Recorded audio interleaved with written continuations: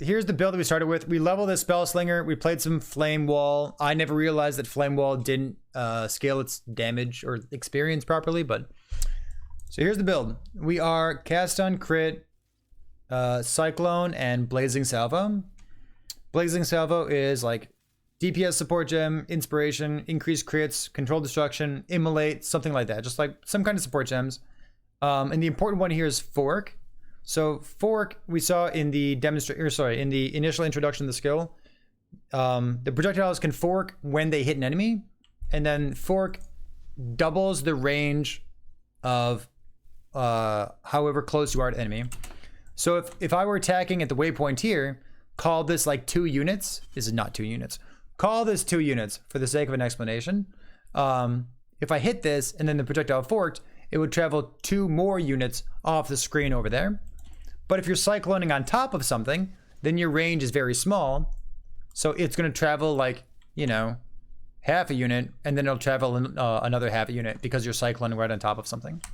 So the fork projectiles from Blazing Salvo, the first one should hit and the other one should hit. Much later on, if we get Awakened Fork, it's just going to get better from there. We didn't want to worry about accuracy. That's why we have Lycosidae. We have +1 fire gems, crit multi, crit chance, attack speed on this. A little bit of chance to blind on hit for the sake of survivability. Life res, life res, life res, life res. I bought a helmet that had an enchant on it because it was cheap. I paid like 3 chaos for it. Who knows, man? Maybe the other projectile, or maybe the other helmet enchant's better, but I grabbed this because it was inexpensive.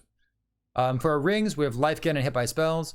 Life gain and hit by spells is good because we have a bunch of projectiles, bunch of triggers, bunch of forks, and that helps to scale our survivability. Without those rings, our survivability, our life recovery is not as high as it would be otherwise.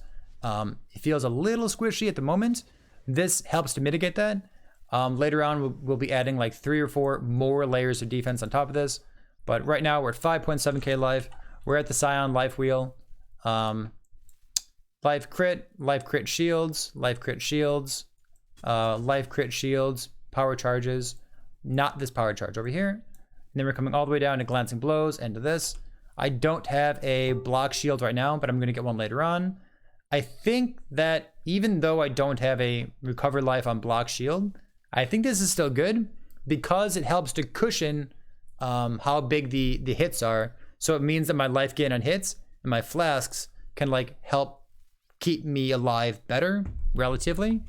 I've been telling people that if you don't have a recovery shield, that glancing blows is not worthwhile. I don't think it's really worthwhile, but it does help to cushion the blows. It does make your recovery better, so I'm using it. Later on, I'll be doing that. Later on, my accuracy is going to be solved by a hits can't be evaded dagger. So it looks kind of like this. It looks kind of like, I don't know, every skill, right?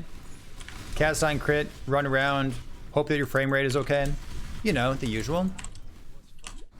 Let's kill a couple more things so you can kind of get the gist of it. Honestly, you can't really see the projectiles.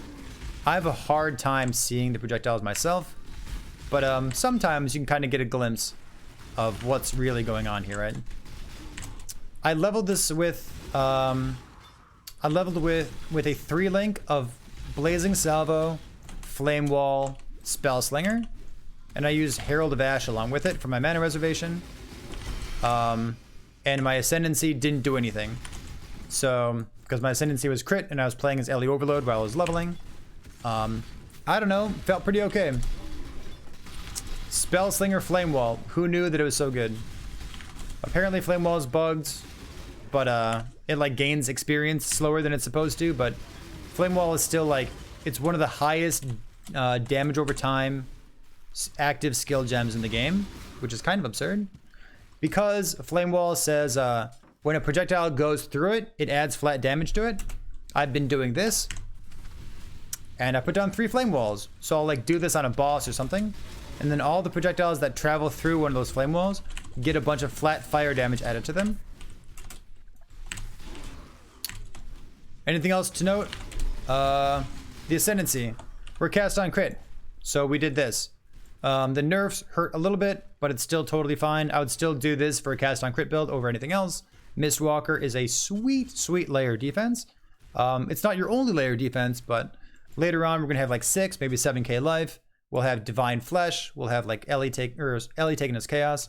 We'll max our Chaos Res out. We're negative 17 right now, but we're still on a Tabula. We got a lot of room to grow. So that's kind of what the build looks like. Anything else? If this was not a good build, or if Fork did not interact the way we wanted it to with Blazing Salvo, I was just going to play a different cast on crit build. I was thinking maybe Wave of Conviction, maybe Purifying Flame. Maybe I'd go back to Volatile Dead and Desecrate like I played in the past, because I think that's really, really fun. Yeah, we're going to keep playing this until we get Awakened Fork and like all the defenses built out. It should be sweet. I've got high hopes for it. And I think that's about it. I don't think I missed anything. Did I? Good.